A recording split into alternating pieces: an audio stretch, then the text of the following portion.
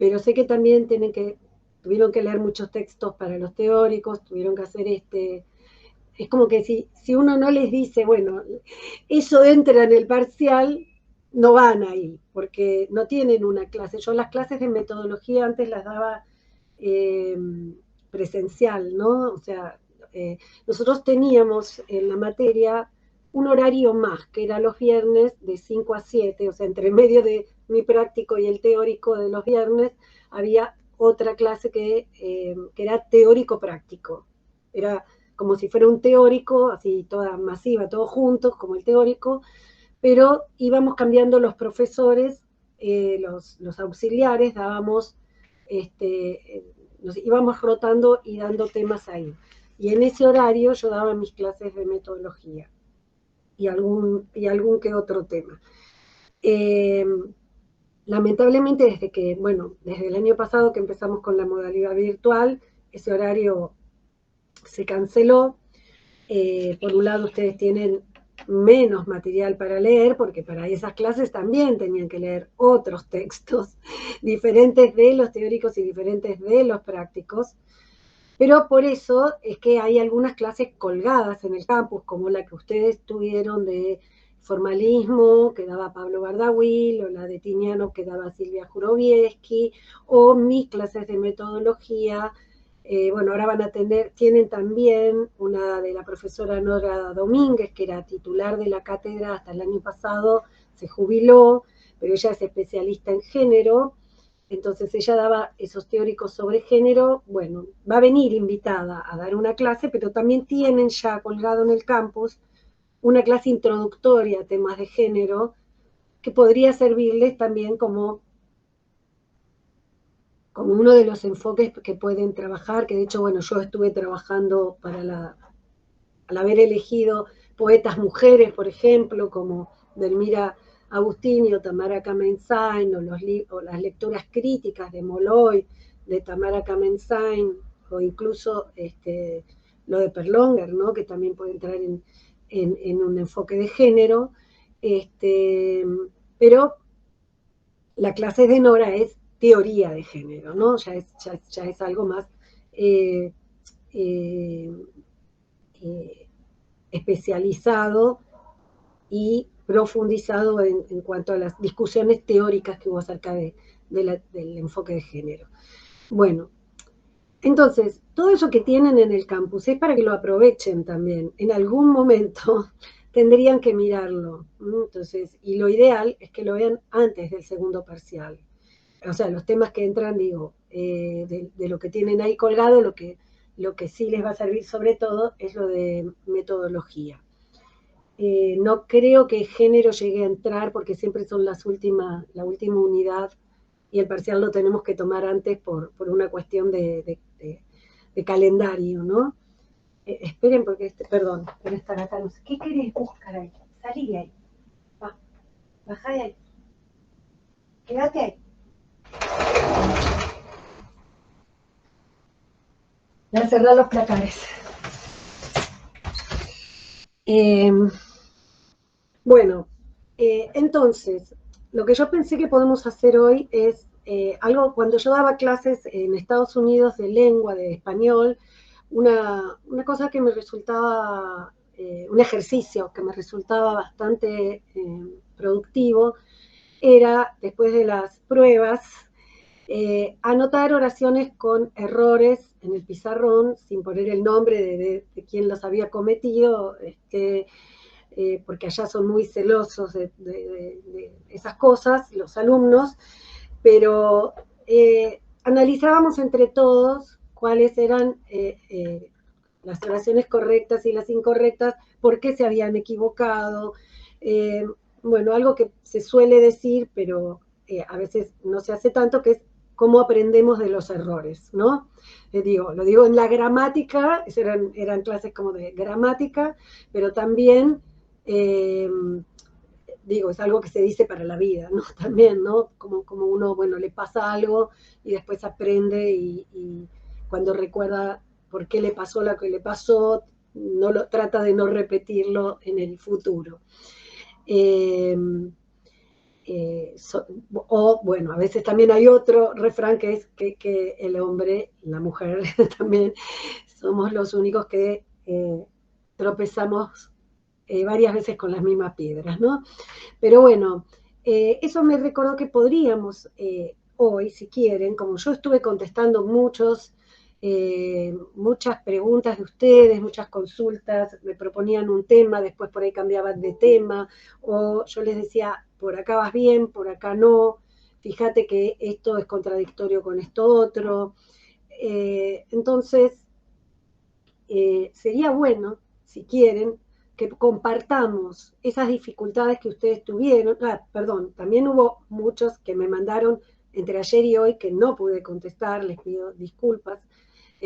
Por ahí los abrí, los leí así rápidamente, pero ayer tuve un día muy complicado, tuve que entregar un artículo que tenía deadline así rajante ayer, y así que por eso a los que les contesté muy tempranito a la mañana, después ya no pude contestar más.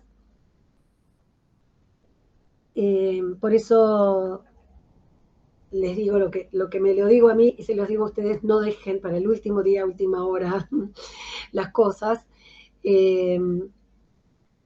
porque obviamente los que me fueron escribiendo desde la semana pasada, desde el fin de semana, tuve más oportunidad de leer, de contestarles, de orientarlos, y, y por ahí los que me escribieron ayer no pude contestarles.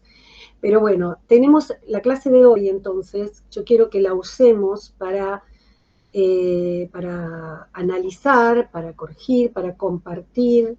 Me gustó mucho, espero que ustedes también lo hayan disfrutado, las dos clases anteriores que leímos poemas en clase, que comentamos, pero hablé yo todo el tiempo. Entonces, a mí me gustaría escucharlos a ustedes, porque el otro problema que encontramos es que cuando tomamos el examen final, saben que el examen final es oral, ¿no? Entonces, está pasando en los últimos exámenes que ustedes por ahí les va bien en la cursada, se sacan 8, 9, 10, tal vez en los exámenes parciales, por supuesto los alumnos que asisten a clases regularmente, que siguen las lecturas, que hicieron los parciales a conciencia y redactándolos de la manera que hay que redactarlos, armando las preguntas como hay que armarlas, pero después llegan al examen oral final y hacen agua. No pueden hablar o tienen dificultades para expresarse, o preparan, en el examen final ustedes tienen la posibilidad de preparar un tema y empezar el examen hablando 10, 15 minutos sobre su tema, pero después les preguntamos sobre cualquier otro punto del programa, por supuesto de los textos que se dieron en clase. Y a veces hasta tienen muchas dificultades para hablar de su propio tema, o sea, el tema que se supone que prepararon y del que pueden tener fichas o algún esquema, el material en la mano o en la computadora, y aún así tienen problemas para hablar, para expresarse, para rendir el examen y aprobarlo. Hemos llegado a reprobar exámenes de alumnos que venían con 10 de promedio en la cursada. Y no fue una vez, fueron varias. 10, 9, 8. Y es como frustrante por supuesto, para todos, porque para nosotros también decimos, bueno, acá, ¿qué está pasando? ¿En qué estamos fallando? ¿Es una falla del sistema, falla de la forma en que evaluamos los parciales, de la forma que tomamos los parciales? Siempre estamos cuestionándonos y viendo las maneras de que esto no vuelva a pasar, y vuelve a pasar. Entonces yo creo que es muy importante, y sobre todo en las clases prácticas, que ustedes realmente empiecen a hablar y a exponer. Prácticos que tuvieron más tiempo por ahí de trabajar con los poemas, esto mismo que ustedes mandaban por mail lo exponían en clase. Entonces las devoluciones se hacían en forma oral y las escuchaban todos. porque no solo aprendemos de los errores, del error de uno podemos aprender todo, sino también de, por supuesto, cuando alguien hace un buen trabajo o plantea una buena hipótesis, bueno, los demás también pueden ver ese trabajo y pueden, bueno, aprender de sus propios compañeros. Como saben, y pasa en la universidad, en una carrera como letras y en la UBA, hay mucha diversidad también en el alumnado. Tenemos gente que recién, en general en esta materia son ingresantes, pero también hay gente que viene de hacer otras carreras, o que está en la misma facultad, pero en carreras como filosofía o edición, y no son de primer año, sino de años ya más avanzados. O por ahí gente, como me pasó el año pasado, que tuve una alumna, una señora de 70 años, y era física. Hizo aportes súper interesantes cuando leíamos los poemas de César Vallejo. Porque Vallejo tiene muchas metáforas, usa muchas metáforas que tienen que ver con procesos fisiológicos y con la relación con la naturaleza. Es de la zona de Perú, pero de la zona andina. Entonces, por ahí metáforas o comparaciones, o bueno, distintos tipos de recursos, vocabulario que tenía que ver con esa zona, con los metales, con las piedras, con un vocabulario específico de, no sé, por ejemplo, la minería, o, o algún tipo de proceso químico, físico y químico, ¿no? Entonces, esta alumna sabía muchísimo de esas cosas y nos ayudaba a todos a entender esos poemas que hasta a mí se me pasaron, por supuesto, que no sé nada de física y química, ese tipo de asociaciones. Entonces, el análisis en general tiene que ver con asociar, con relacionar distintos elementos, para volver a la física y a la química, los elementos, ¿no? Elementos de distintos niveles, elementos, como decía Tignano, bueno, por ahí pertenecen a una serie o a otra serie. Por supuesto, cuanto más amplitud de vocabulario ustedes tengan, más van a poder comprender. Entonces, ¿cómo se amplía el vocabulario? Principalmente leyendo, leyendo, leyendo y leyendo, leyendo novelas, leyendo cuentos, leyendo bibliografía crítica y bibliografía teórica. Y por supuesto, buscando las palabras que no saben, como les decía, parece algo súper elemental, pero la comprensión de texto empieza por ahí, por entender qué quieren decir las palabras. Y después asociar, por supuesto, en el trabajo, en la elaboración poética, hay ese juego, como decía Tignano, pero en el otro artículo, el sentido de la palabra poética, buscar las distintas significaciones y los distintos niveles de significación y de eso que él llamaba el matiz léxico, la red de significantes. Por supuesto, el análisis lleva tiempo, y yo sé que ustedes no tuvieron mucho tiempo, así que eso se los digo para que se queden tranquilos que en ese punto yo voy a tener esta contemplación, digo, ¿no? Lo voy a tener en cuenta, esto de que no tuvieron tanto tiempo para este análisis. Tuvieron dos clases en las que principalmente hablé yo, les mostré yo algunas cosas. Bueno, tuvimos la clase de las categorías de análisis, que también yo considero que es una clase que, por supuesto, era preparatoria para este ejercicio que tenían que hacer, pero que además les sirve para el resto de las lecturas, para el resto del programa nuestro y para el resto de las carreras, los que van a hacer letras sobre todo. Entonces, quiero que hablen ustedes, quiero que alguna que se anime, que quiera, primero, si quieren, contarnos qué dificultades tuvieron. Por ejemplo, si alguno quiere compartir qué pregunta me hizo a mí, o cuando me preguntaron a mí por mail, ¿qué les contesté? Podemos empezar por ahí si quieren. O los que ya te entregaron, que la mayoría de los que están acá creo que entregaron, quieren compartir lo que hicieron, incluso leyendo todo o leyendo una parte o contando. Pueden leer, pueden hablar, pueden contar y leer. O Bueno, que me perdón. el pregunto para que lo haga yo. Sí, sí. No, no, Bueno, que yo, Matías, Matías, sí. No, que yo comento en base a lo que usted está diciendo.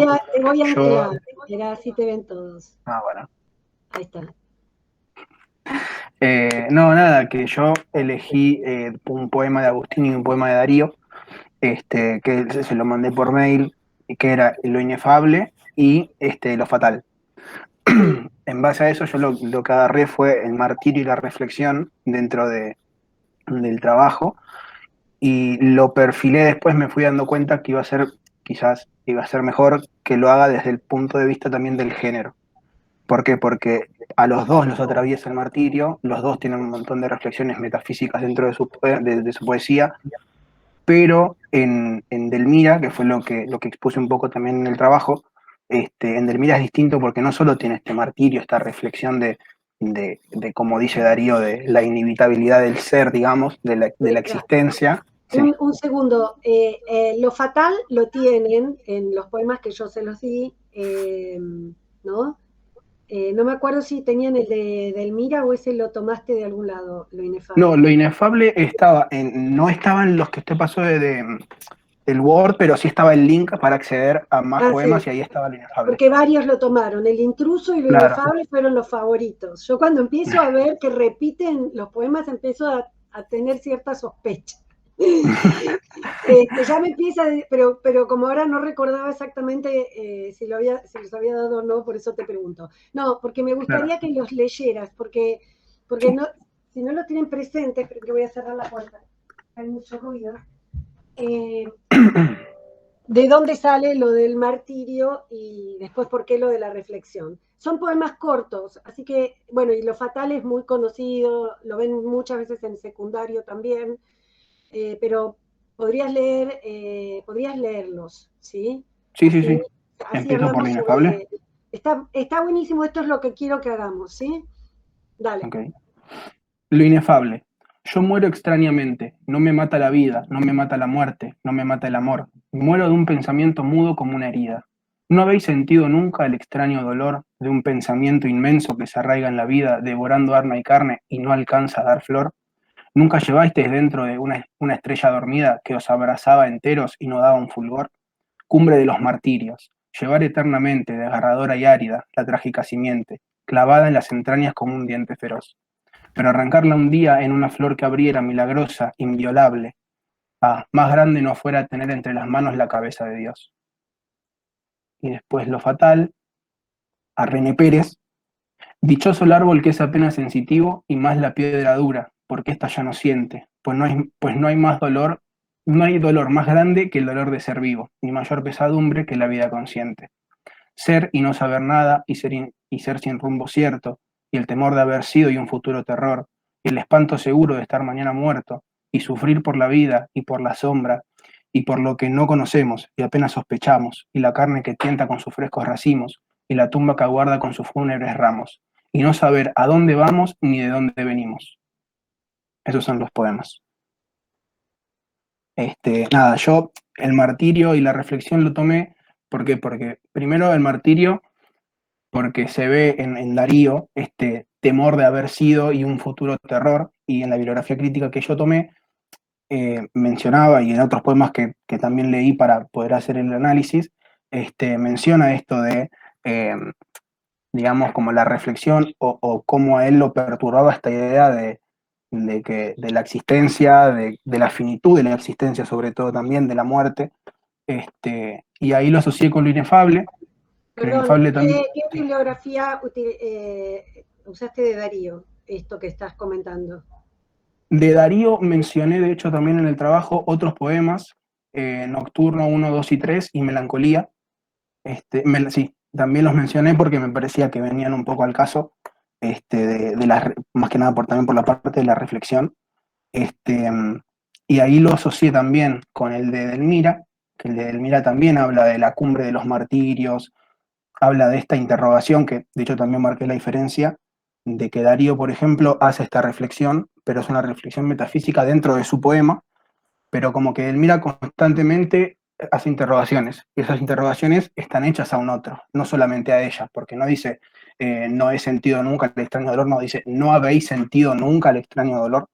Entonces, eso me dio pie también para tratar, bueno, de El Otro. De hecho, en la bibliografía crítica de García Gutiérrez, que es una crítica española, mencionaba, citaba a otra autora que hablaba de que ese otro, ese tú constante, es la misma soledad. Entonces me pareció muy interesante agarrarlo desde ahí y asociarlo con el tema de la cuestión de género y de que por el simple hecho de ser mujer y al leer este poema, que de hecho también se lo interpretaba como una provocación al mandato de maternidad, porque habla de la simiente en las entrañas, o sea, la semilla en las entrañas, habla de la flor, bueno, de cómo ante estos, digamos, deseos como perturbados que se tenía según la época, todos los contemporáneos, y incluyéndolo a Darío, como que la ubicaban en lugares cómodos, en lugares como hija, hermana, amante, pero amante siempre en el papel de la madre, nunca amante por placer o amante por querer. Y bueno, nada, en base a eso desarrollé el análisis de los dos poemas. Muy bien. Sí, hay que ver en Delmira el tema de, así como ahí aparecía la semilla, la simiente, espera que te voy a desanclar. Eh, eh, También está lo contrario, ¿no? Bueno, era todo un conflicto, porque el mandato, por supuesto, el mandato social y el mandato social era que la mujer, además ella se había casado, ¿no? Con Job Reyes, y ya como piensen que en esa época casarse a los 26, 27 años ya era tarde, ¿no? Ya, las chicas se casaban a los 16, a los 17 años.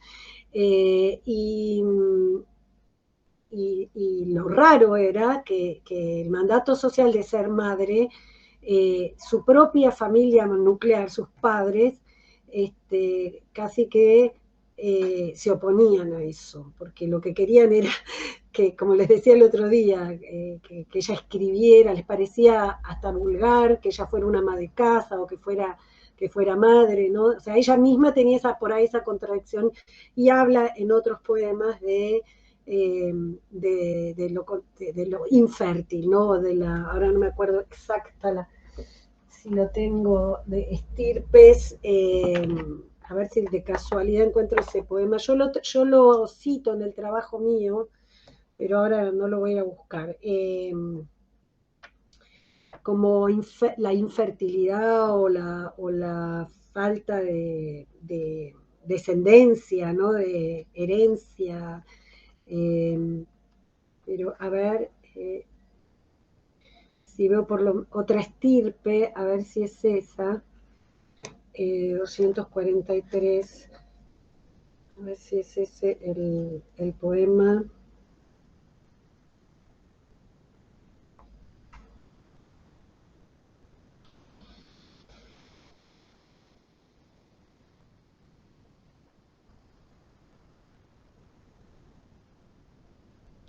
Bueno, donde dices, así tendida soy, termina así el poema, no, otra estirpe se llama, así tendida soy un surco ardiente donde pueda nutrirse la simiente de otra estirpe con mayúscula estirpe, sublimemente loca. Sí, profe, yo ese de hecho también lo leí. ¿Por qué? Sí, Porque en la bibliografía que cité hablaba de, en contraposición de la Venus de Milo de Darío, el Eros de Delmira Agustini. Entonces, este también lo leí en base a eso. Pasa que hubo muchas cosas que quizás no se pudieron incluir por el tema de la cantidad no, de no, caricias y y del tenía poco tiempo. espacio también. Claro, sí, sí. Poco tiempo y poco espacio, son dos cosas que van en contra de Claro, un análisis obviamente muy elaborado. Pero bueno, claro. con todo Entonces, ¿yo qué te dije? Cuando vos me dijiste que ibas a trabajar sobre el martirio y la reflexión, ¿cuál fue mi devolución? ¿Qué fue lo que yo te comenté para que lo compartas?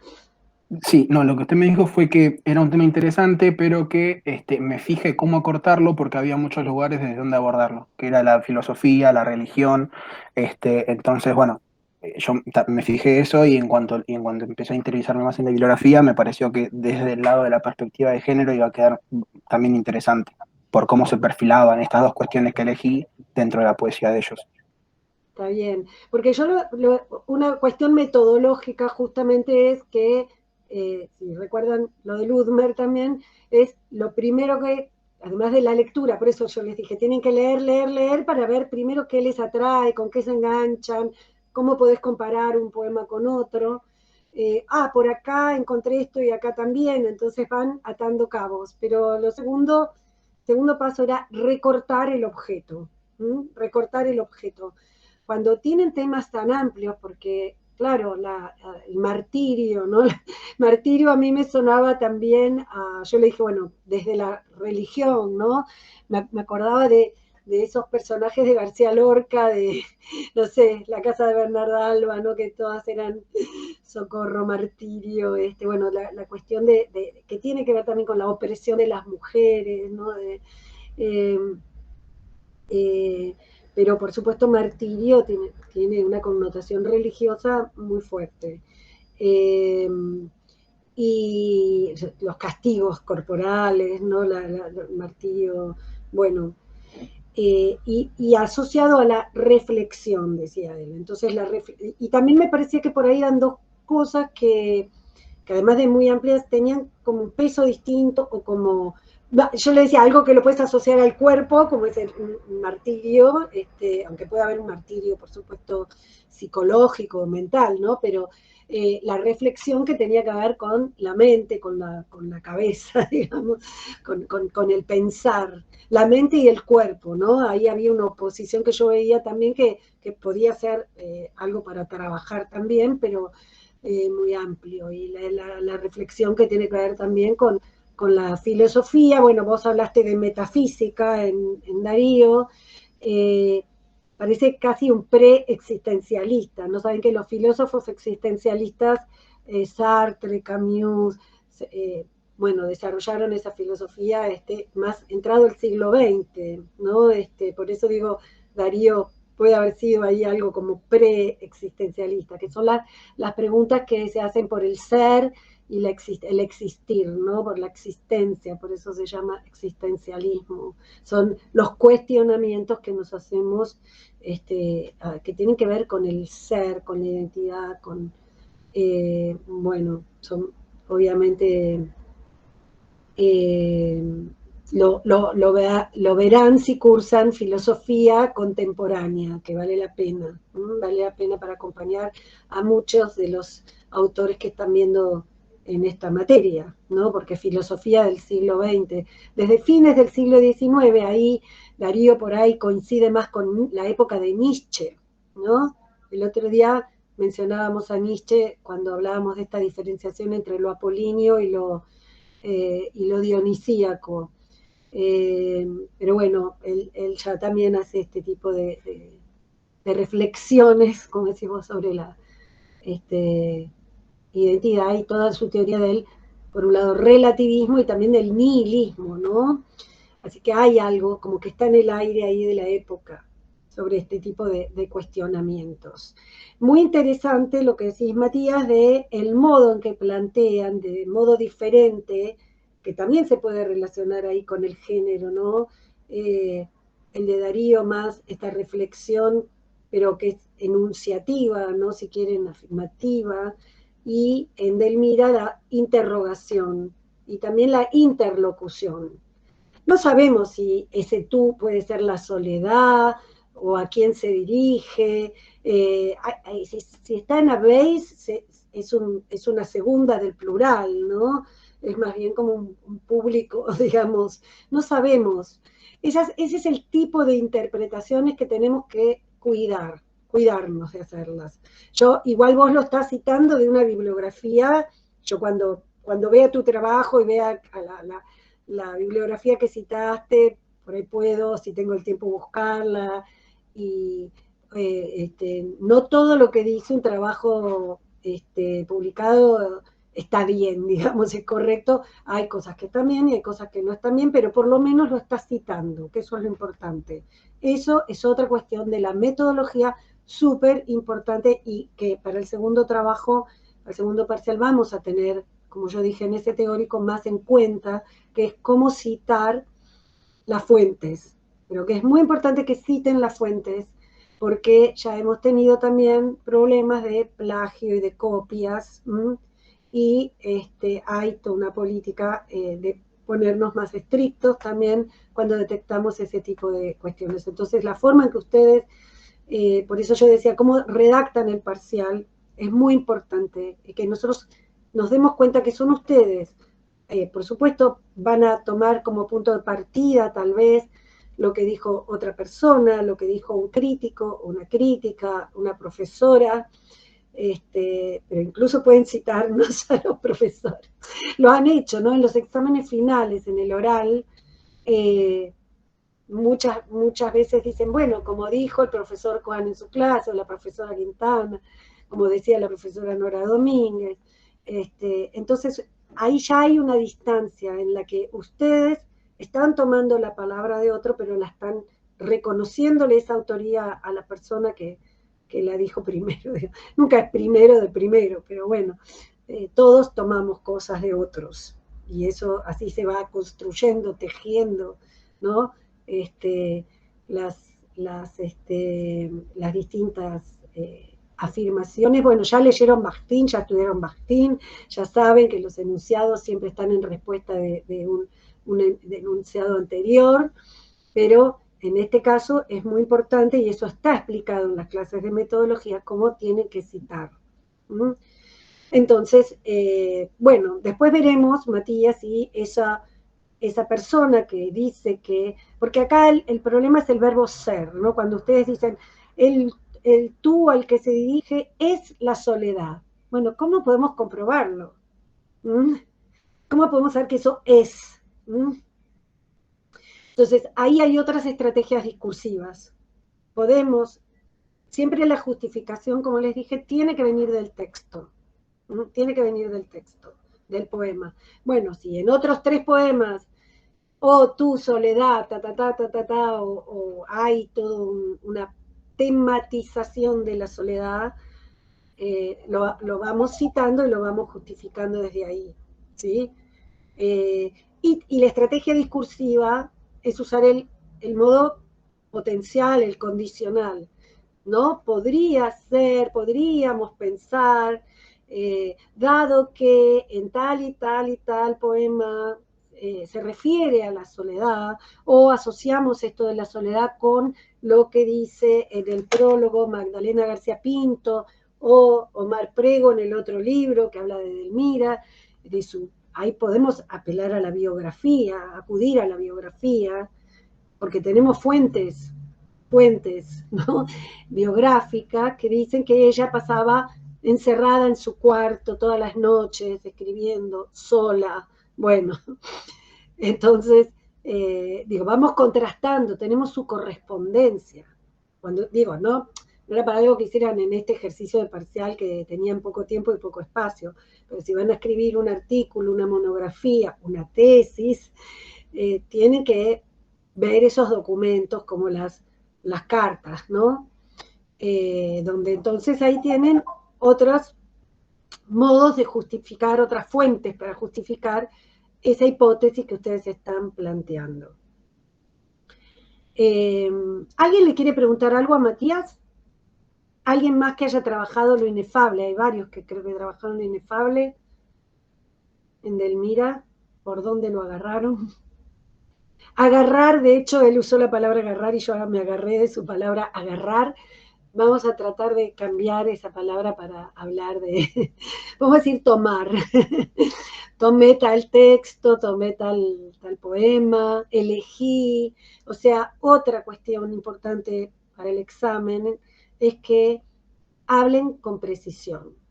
Ustedes ya no son ni lectores vírgenes, ni,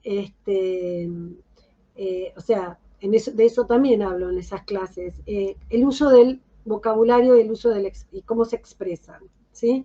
Tienen que tener cuidado porque es una situación comunicativa en particular, que es una situación académica, ¿no? Estamos en la universidad, estamos en un contexto académico y entonces tienen que empezar a hablar con propiedad y con eligiendo las palabras que van a usar. ¿Sí? Digo, por lo menos en los momentos formales del examen o del parcial. En una clase obviamente podemos relajarnos un poco, pero y más en esta situación donde los gatos nos pasan por arriba. El otro día un chico que dio el examen final oral tenía el perro que le ladraba todo el tiempo y no lo podía sacar. Así que bueno, nos vamos acostumbrando a estas nuevas situaciones donde lo familiar, lo doméstico se cuela, se infiltra, pero no tenemos que olvidarnos de lo que Ludmer llamaría el marco, un marco. Bueno, muy bien. Matías, ¿querés agregar algo? No. No, me parece De que lo que yo te dije, más o menos era eso, de lo que yo recuerdo que te dije, porque sí. también estoy contestando varios y no, por ahí no recuerde todo. Así que ustedes me hacen acordar. ¿Quién más había tomado Lo Inefable o algún otro poema de Delmira? El Intruso, creo que es otro que también eligieron varios. Hola. Yo quise elegir... Brenda, ponete más cerca del micrófono, a ver, o pon el micrófono más cerca de... ¿Ahora? Yo voy a silenciarme. ¿Ahora se me escucha mejor?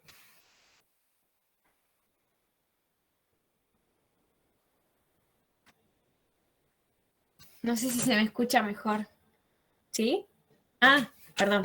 En un principio yo había elegido Lo Inefable y otro que se llama El Arroyo, porque creí que tenían una conexión, que había dos versos que se repetían.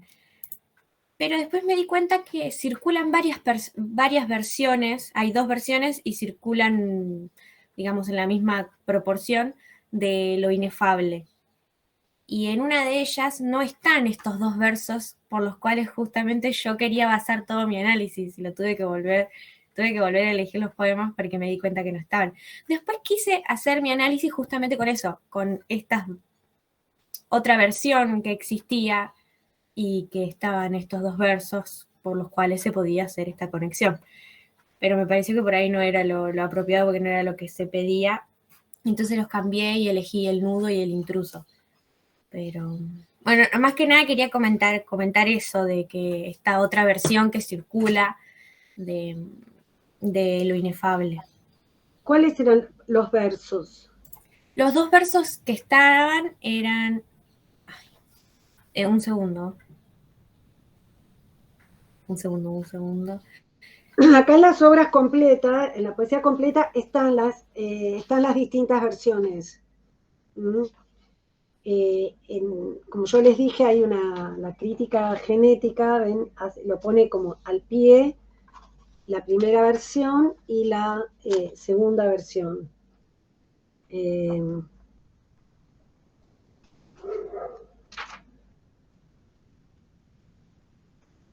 Lo leo, ya lo encontré, lo que pasa es que lo había perdido porque lee estaba el poema, planteado. lee el poema. Lee aunque sea una de Lo las leo como versiones. la versión que yo primero encontré por la cual iba a usar. Lo Inefable. Yo muero extrañamente, no me mata la vida. No me mata la muerte, no me mata el amor. Muero de un pensamiento mudo como una herida. ¿No habéis sentido nunca el extraño dolor de un pensamiento inmenso que se arraiga en la vida, devorando alma y carne y no alcanza a dar flor? ¿Nunca llevasteis dentro una estrella dormida que os abrazaba enteros y no daba un fulgor? Cumbre de los martirios, llevar eternamente desgarradora y árida la trágica simiente, clavada en las entrañas como un diente feroz, pero arrancarla un día en una flor que abriera, milagrosa, inviolable. Ah, más grande no fuera tener entre las manos la cabeza de Dios.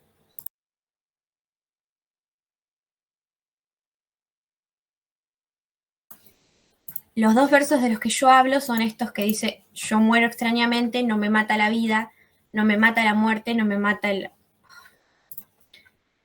Perdón, creo que me equivoqué. Cuando yo decía que no estaban, sí estaban en el inefable, pero no están en el arroyo. En el arroyo no están. Está silenciada, profe. ¿De qué libro es El arroyo? Sí, no. Sí, acá está, ya lo encontré, del Rosario de Eros.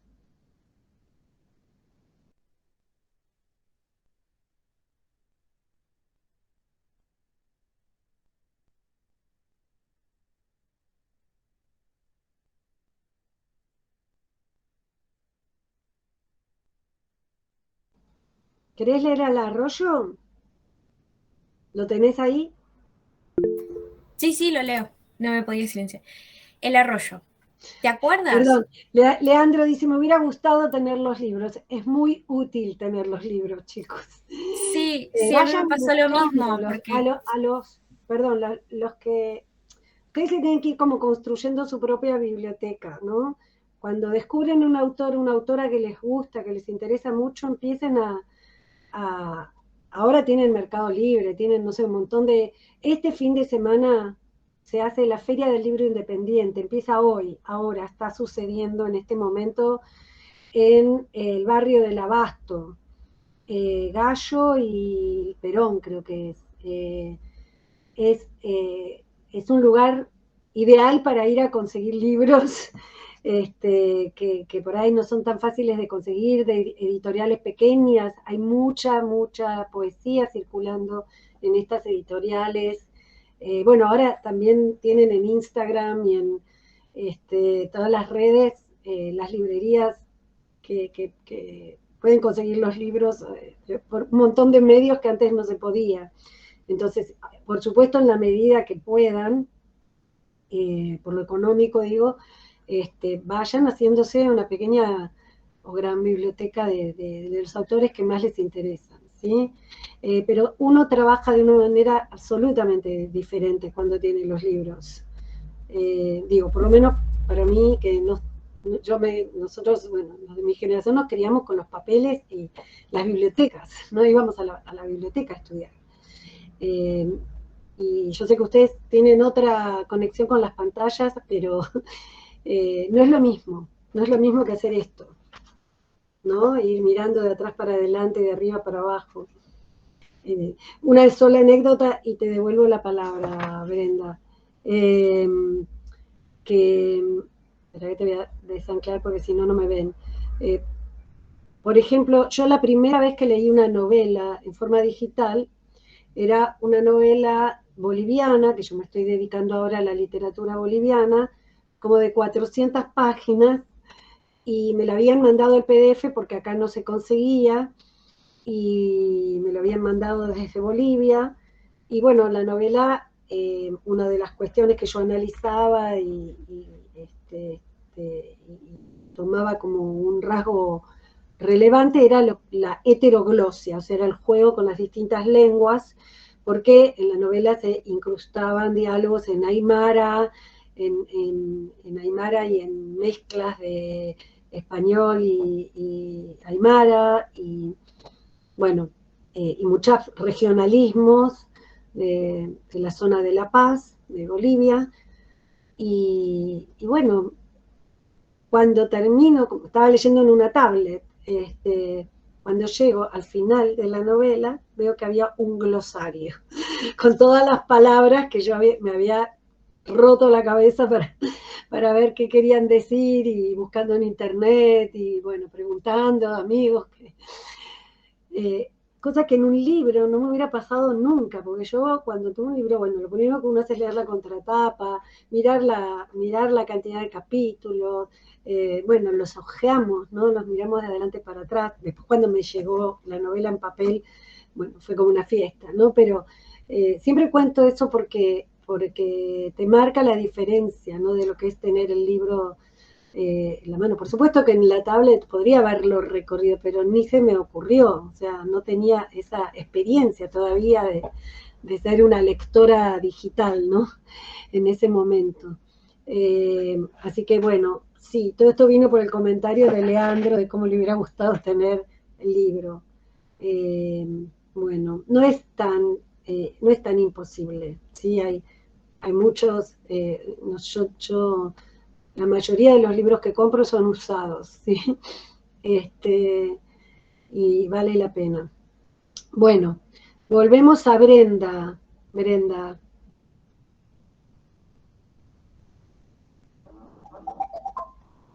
Me voy a silenciar. Brenda, te escuchamos.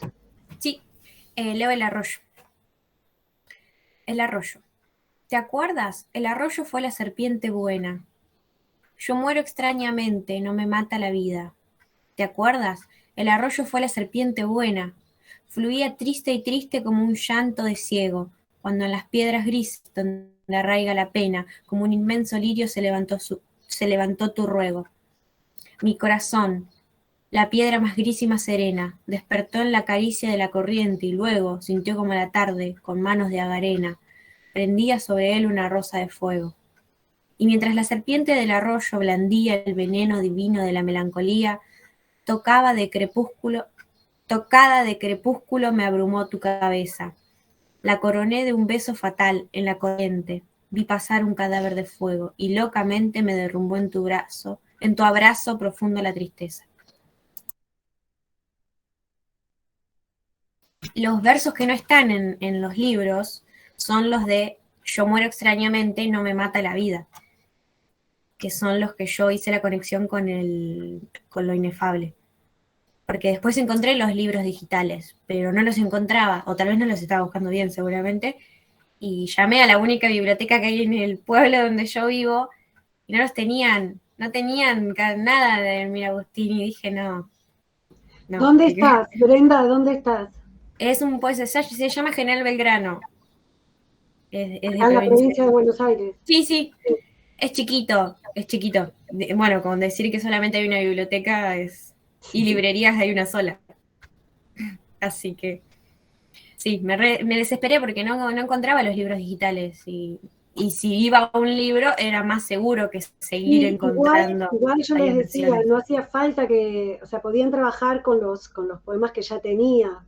Los únicos que pedía que no trabajaran en el cisne, justamente para pero tampoco era la idea de que, bueno, eso, perdieran muchísimo tiempo buscando eh, qué leer, ¿no? Pero bueno, yo a alguien le dije en algún momento, a alguno de ustedes le dije que ya el hecho de investigar, de ir a buscar, ¿no?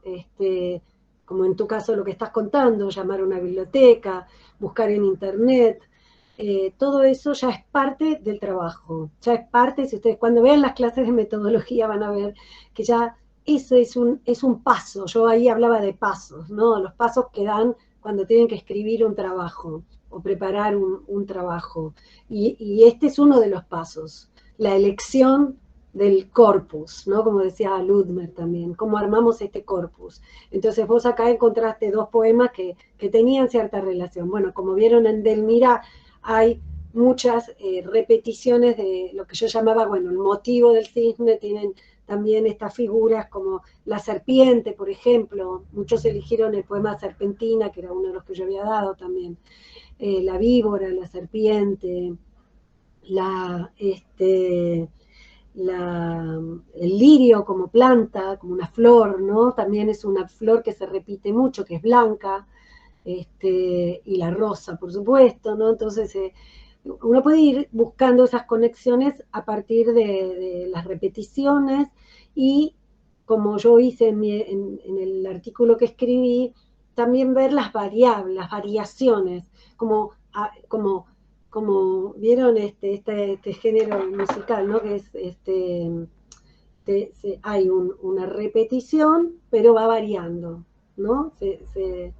Entonces ahí es un buen lugar para analizar cómo se dan esas variaciones y cómo en esa variación por ahí pueden llegar a encontrar algún significado. Bueno, ¿y qué encontraste? ¿En qué basaste tu eje, Brenda? No, terminé eligiendo otros poemas. Ah, elegiste otros. Yo quería hacer justamente esa conexión, esos dos versos que se repetían, pero resulta que en los libros no se repiten. En los libros no están justamente los dos versos, los primeros dos. El primer verso que está en Lo Inefable no está en El Arroyo, cuando está en el libro. Entonces elegí otros poemas. Elegí El Intruso y El Nudo, completamente diferentes. ¿Y cuál fue tu eje, tu tema? El sujeto poético, la voz poética que le habla a esa otra segunda persona que se ve que es su amor. Y me sonaba raro que también le hablaba del amor, a su amor le hablaba del amor y cómo erotizaba todo, cómo iba caracterizando a esa otra persona, nombrando las partes del cuerpo de esa otra persona y cómo la atraían esas partes del cuerpo y todo muy, sobre todo el intruso muy erótico, muy sensual. Y bueno, la mayoría de esos poemas son así, llegaba a un punto que cuantos más poemas leía era como peor. Bueno, el título ya... Peor en el buen sentido, ¿no? Sí, el título del libro, El Rosario de Eros, ¿no? Y fíjense ahí que el otro día hablábamos de los oxímoron y la unión de contrarios, que rosario es una palabra de qué connotación tiene. ¿Qué es un rosario? Religiosa, es el collar, digamos, que se reza. Claro, las cuentas, ¿no? Las cuentas del collar. Pero es religioso, pero es de Eros, ¿no? Ahí hay como ya un título muy provocativo, ¿m? Muy provocativo, sí. Bueno, hay varios eligieron El Intruso, ¿no? ¿Quién más eligió El Intruso?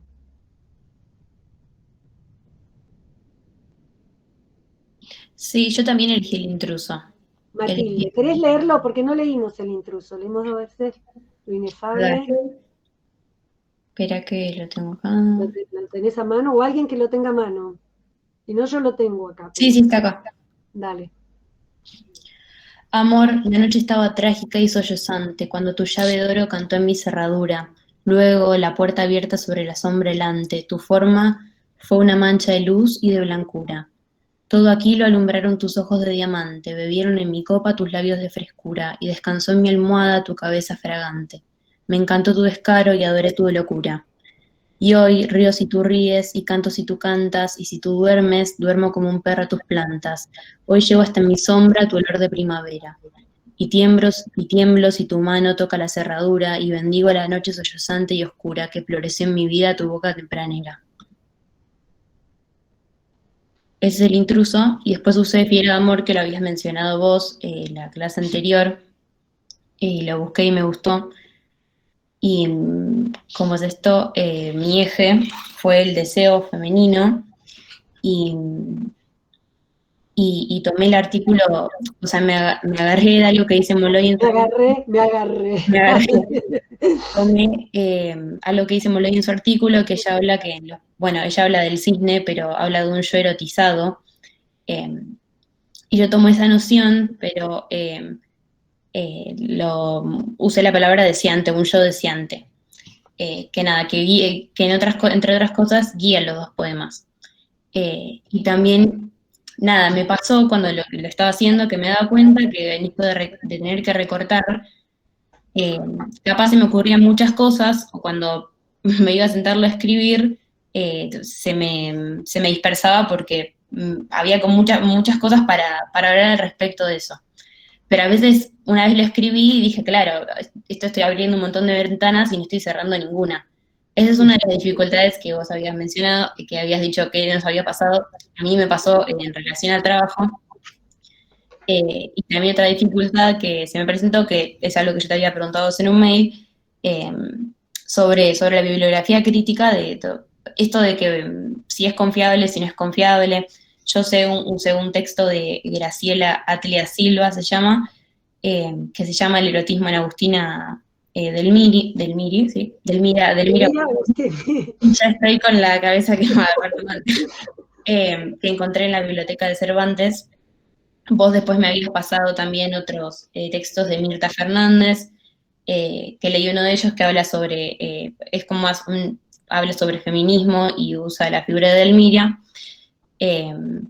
Pero bueno, terminé usando eso porque también en ese mismo ensayo, nada, Delmira como que es una figura aparte espectacular, yo no la conocía, y en ese mismo ensayo cuenta que, nada, ella tenía como una historia de amor con Manuel Ugarte, que es un escritor argentino, que de hecho le dice como de escaparse, tipo le dice a Delmira de venirse para la Argentina antes de que ella se casara, quizás la historia hubiese terminado de otra manera.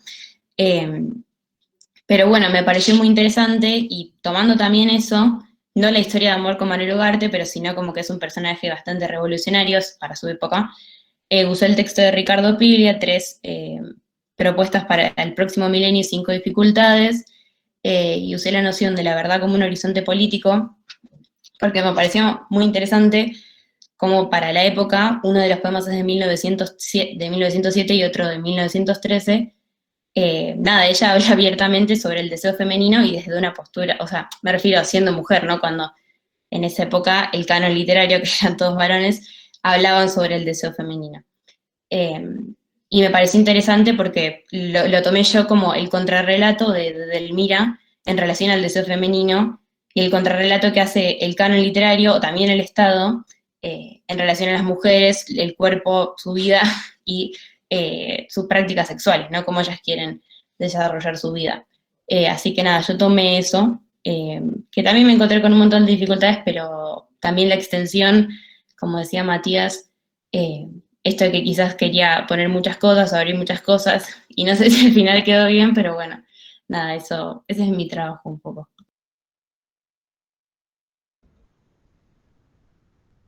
buenísimo. ¿Alguien le quiere preguntar algo a Matilde o a Brenda? Quiero que hablen entre ustedes también, ¿sí? Esa es la idea. Si estuviéramos en la clase, nos estaríamos en ronda, viéndonos las caras. Acá hay muy pocas caras visibles, lamentablemente. Pero bueno,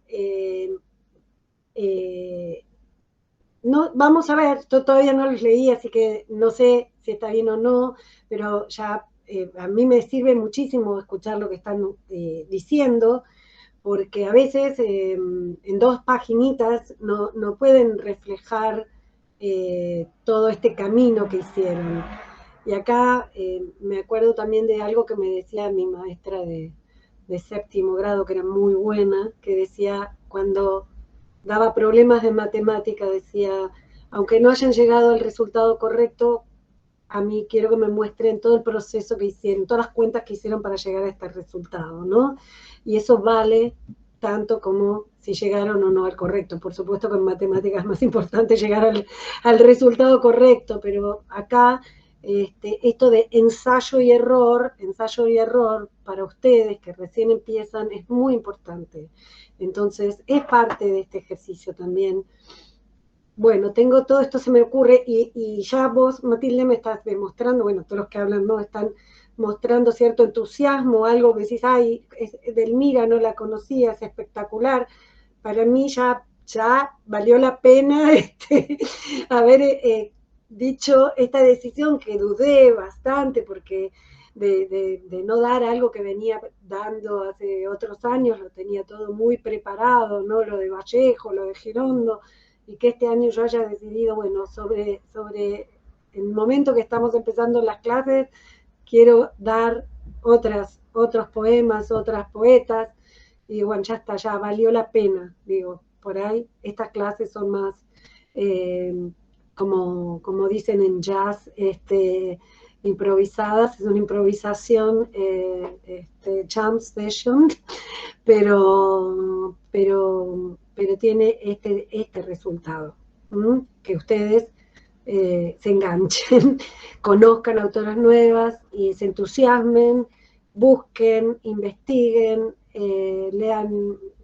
bibliografía, después van a aprender más a descartar, a definir qué le sirve, qué no le sirve, o bueno, qué críticos, bueno, acá, ¿qué le sumó, Matilde, a lo que venían diciendo los compañeros anteriores, que hablaron antes? ¿Qué le sumó? El rol de la mujer, ¿o no? Sí, pero eso por un lado del enfoque, pero ya vos habías también, perdón, Matías había hablado del enfoque de género. La época, que era una de las primeras La escritoras. relación con la época, pero yo estaba pensando en otra cosa, en bibliografía, ¿de qué tipo? ¿En la teoría? La teoría Leandro Blas. La teoría, ¿no? Porque ella aprovechó lo que vieron en los teóricos sobre Piglia, ¿no? Que explicó Isabel. Entonces, sí, la relación con la sociedad, pero también con este concepto de verdad, o bueno. Cuando ella me dijo lo de Piglia, ¿qué te dije yo, Matilde? Ojo, ¿no? ¿Por qué? Sí, yo entré en pánico cuando vi tu mail porque yo dije, no, ya esto está todo mal, tengo que pensar de vuelta todo. Oh, Me pasó lo mismo. Pero no, ella lo que me dijo que porque fue que... en vez de ayudar, desayudo ahí. No, pero sí, te podía explicar como un poco mejor porque el texto de Piglia es sobre narrativa, ¿no? Eso le dije yo nada más, como, ojo, Claro. fíjate, pero por cómo lo vas a abordar. Claro. Abordar es una buena palabra. Sí. Abordar. ¿Cómo lo vas a abordar? Sí. Porque, sí. Pero yo lo tomé, o sea, yo había entendido el texto que eran también, ay, no me sale la palabra. Bueno, ahora se me... Decirlo con tus palabras. No, es que se me borró el concepto de la cabeza. Pero yo había... ay, Dios, perdón, estoy quemada ya. Yo había pensado que era en general como que hablaba en general de la literatura. Yo tomé eso del texto, como que la literatura funcionaba también como un dispositivo para la verdad. Bien, está bien. Eso, está muy bien. Está muy bien. No quería limitarlos, pero sí que tuvieran, porque en un principio pensé, por ahí me confundí con el el que habla de los cuentos, ¿no? Que tiene dos historias, y no sé si era ese el texto de Piglia que estabas citando vos. No, ese es Nuevas tesis sobre el cuento, me parece. Claro, por ahí fue esa mi cruce. ¿Y quién más dijo recién? Brenda, ¿fuiste? Que cuando yo dije algo entraron en pánico, no era la idea. Escuché una parte, creo que dijeron mi nombre, pero justo se me cortó. No, yo te preguntaba si eras vos la que dijiste que vos también, cuando yo les contesté, te inhibieron más. ¿Sí? ¿Por qué, Brenda? ¿Qué te dije? Primero porque había perdido, no quiero decir que perdí tiempo, pero la verdad invertí mucho tiempo, pero porque yo quise, no sé por qué, estuve leyendo mucho sobre ella y mucho sobre su historia, que después eso me costó porque en realidad tenía que como olvidarme de la mayoría de lo que había leído sobre eso para hablar solamente del texto. Eso no lo tendría que haber hecho, pero lo hice. Y después, cuando te dije mi bibliografía teórica, que yo estaba bastante perdida con respecto a eso, y no sabía muy bien qué elegir, y elegí La evolución literaria de Tignanov, y me dijiste también que tenga cuidado con eso, porque yo la quería tratar con, digamos, la evolución que ella hace de un poema al otro, con el tema del erotismo, que sí, tenías razón, no hubo una ruptura con el erotismo, no es que primero hablaba y después no hablaba, o hablaba y no, o sea, no dejó de hablar, sino que yo lo que quería decir, que está bien porque aclaré que no hay una ruptura, pero como que ya no erotiza como un cisne, como jardines perfumados, flores, lirios, sino como algo más concreto, más, no sé, llaves, cerraduras. Bueno, que siguen siendo metáforas, ¿no? Pero siguen siendo metáforas, pero ya más, bueno, más explícitas, podríamos decir, más explícitas, ¿no? Sí, yo lo pensé como explícitas, pero no nombré. Cerradura, no sé qué, es muy explícita, sí. Sí, yo lo vi así, como que era más explícito, pero no quise decir la palabra explícito por si se sobreentendía de alguna otra manera, entonces no lo usé a la palabra explícito. Pero yo si te lo cuento, si se lo tengo que contar a alguien, diría la palabra Bueno, explícito. pero es importante que hablen con sus palabras también, o sea, porque así es como lo entendieron. Entonces, es importante que lo puedan explicar. Por eso yo hoy quería hacer este ejercicio, ¿no? Porque es un entrenamiento también para ustedes, es un entrenamiento. Yo dije, vamos a tener una clase realmente práctica, ¿sí? Viendo esto como estos vaivenes, ¿no? Que además se aclaran malos entendidos, que vos decís, bueno, perdí mucho tiempo. No, porque haber leído la historia de ella también te ayuda a entender. Digo, no somos formalistas rusos. Claro, Leemos pero no el quería marido, pero no desviarme. somos formalistas. Me daba miedo desviarme y dar muchos sobreentendidos, la típica quiso decir porque, y no Claro, quería no, hacer eso sí, eso, entonces eso es intenté complicado. desligarme cuando escribí, casi que olvidarme todo lo que leí de ella, solo ir a los textos. Espero haberlo hecho. Pero el conocer la vida te inspira también, ¿no? Te ayuda a entender esa situación. Así que está muy bien.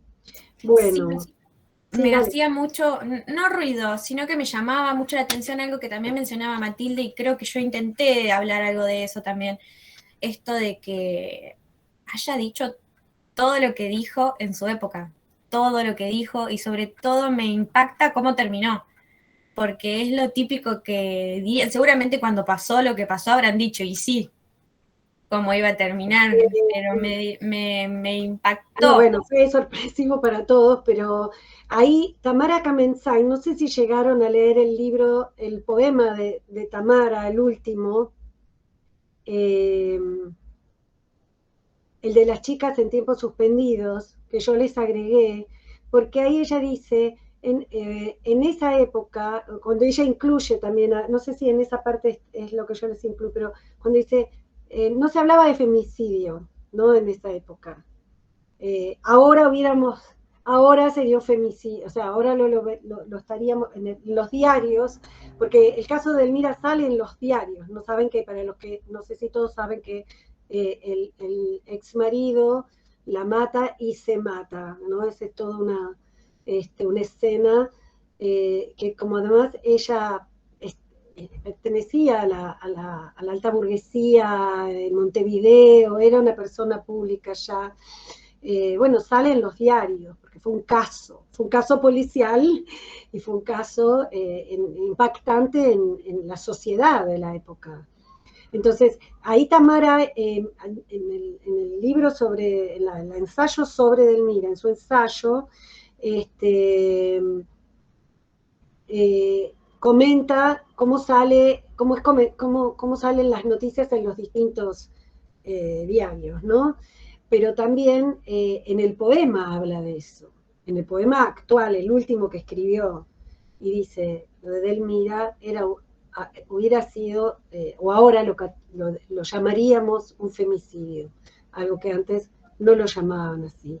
Eran crímenes pasionales. Antes se hablaba de esto como crímenes pasionales, con lo cual había cierta justificación, ¿no? O como vos decís, que claro, con lo que escribía, cómo no iba a terminar así, ¿no? Como casi, como que se lo merecía casi.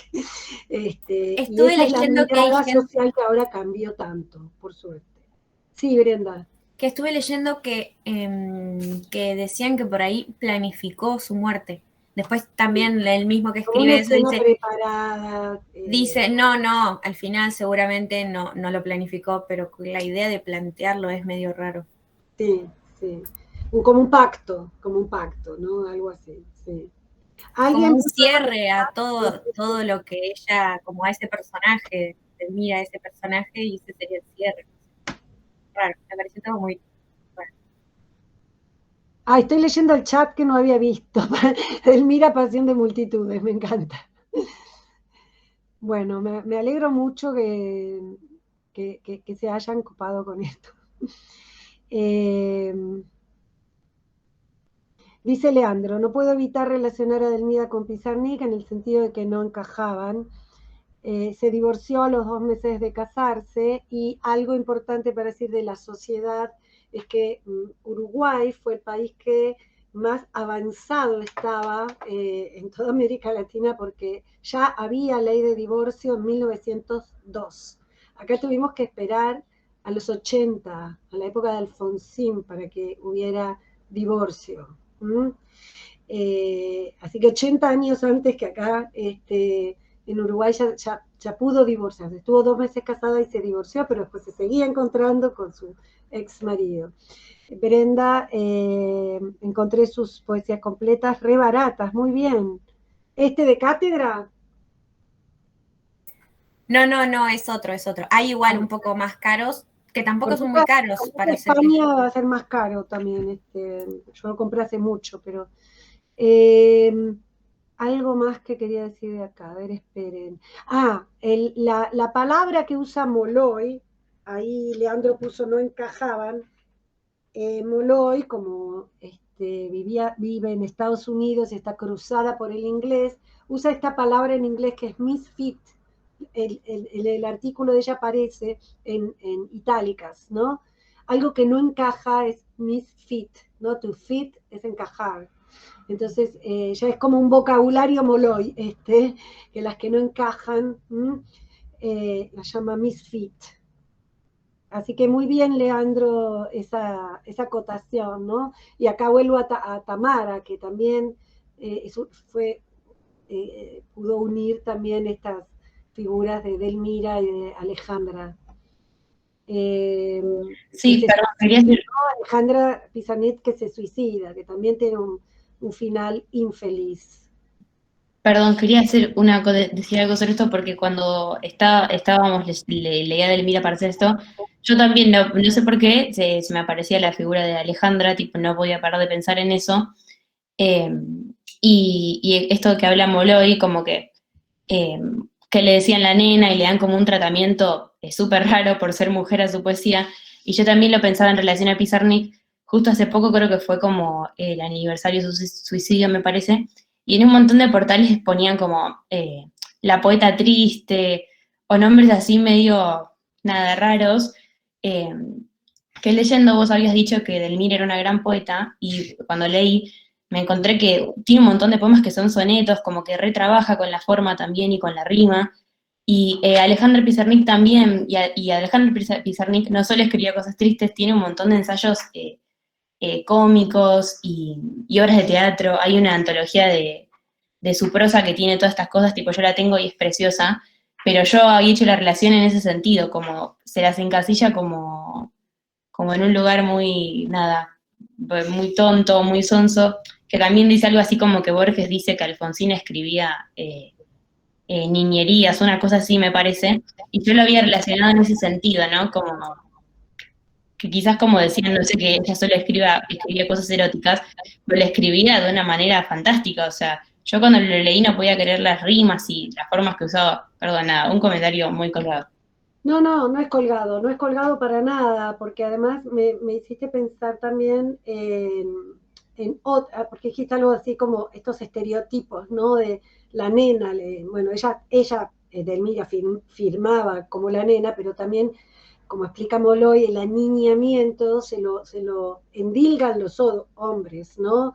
Darío, si leen El Pórtico, Molloy lo cita y el Pórtico, yo después se los puedo leer entero, no es muy largo, es corto, cómo se refiere Darío a ella, o este hombre que eso lo cuenta Tamara, ¿no? El hombre el periodista que recibe sus poemas en el diario.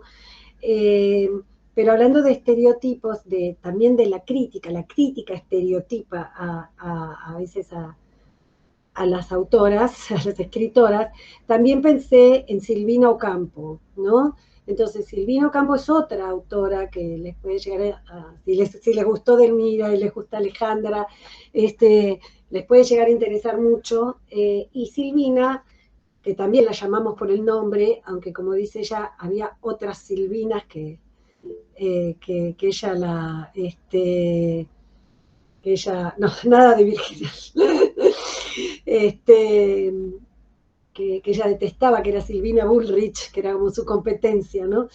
Silvino Campo el estereotipo era la extravagante, ¿no? La que, bueno, yo trabajo también con ella a través de la noción del exceso.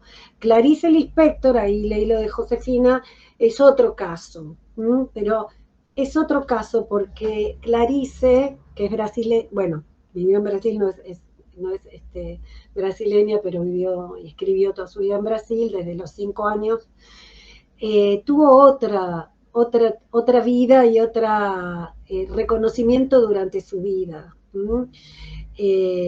porque fue periodista y entonces tuvo una vida activa de escritora publicada, o sea, ella publicaba notas periodísticas, crónicas, siempre escribió y siempre publicó, aunque sí fue más revalorizada por la crítica académica, si quieren, desde los años 90, más o menos, 1990, la década del 90 y en adelante, ¿no? Traducida y todo eso. Pero durante su vida tuvo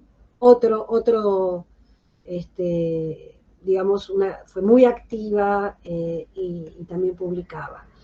En cambio, Silvino Campos siempre tuvo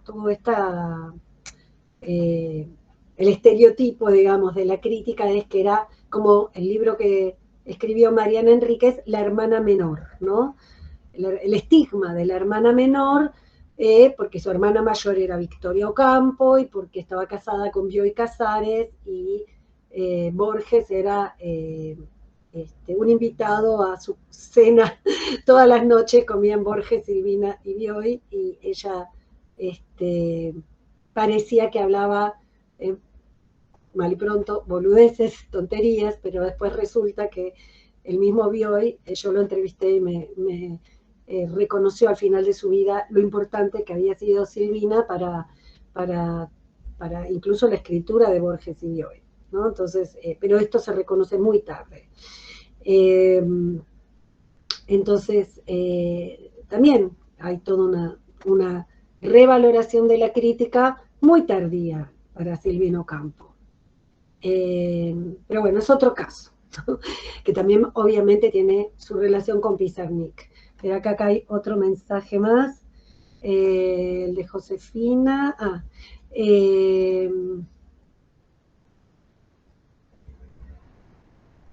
Bueno, quiero volver a los trabajos de ustedes, ¿sí?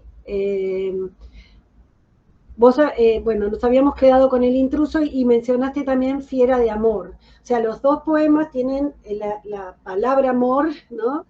El primero como una invocación, amor, coma, ¿no? Un vocativo, esa sería la función, ¿no? Del vocativo. Se convoca al amor. Y el otro tiene en el título, pero fíjense otra vez, esa casi unión de contrarios, si quieren, que es fiera de amor, ¿no? Ya no es este amor romántico, este amor utópico o, como decimos, amor platónico. Podría ser platónico, pero es fiera, es salvaje, si quieren, ¿no?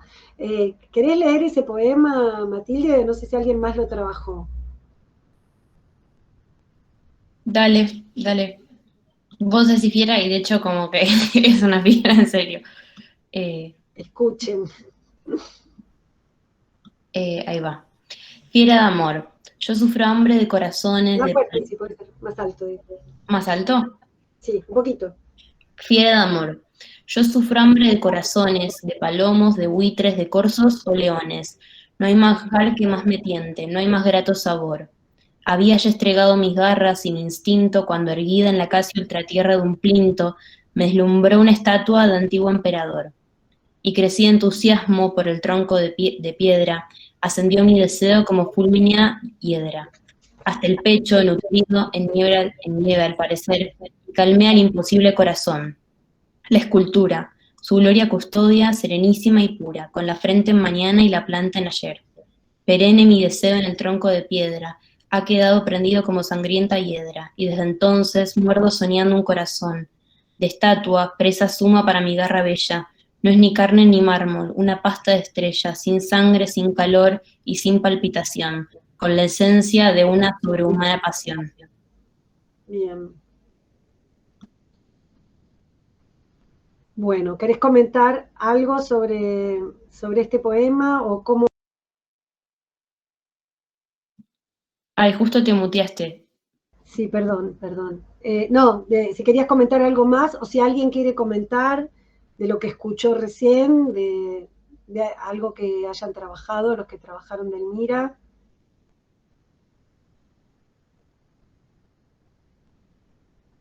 ¿Por qué elegiste este, Matilde?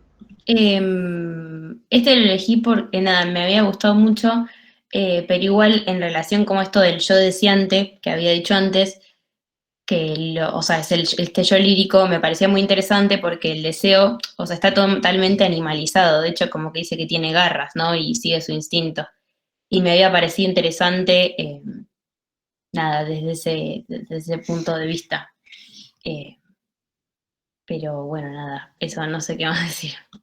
Como les decía la otra vez, ¿no es cierta? Estos recursos como la animalización, la personificación, bueno, ya después veremos qué existe.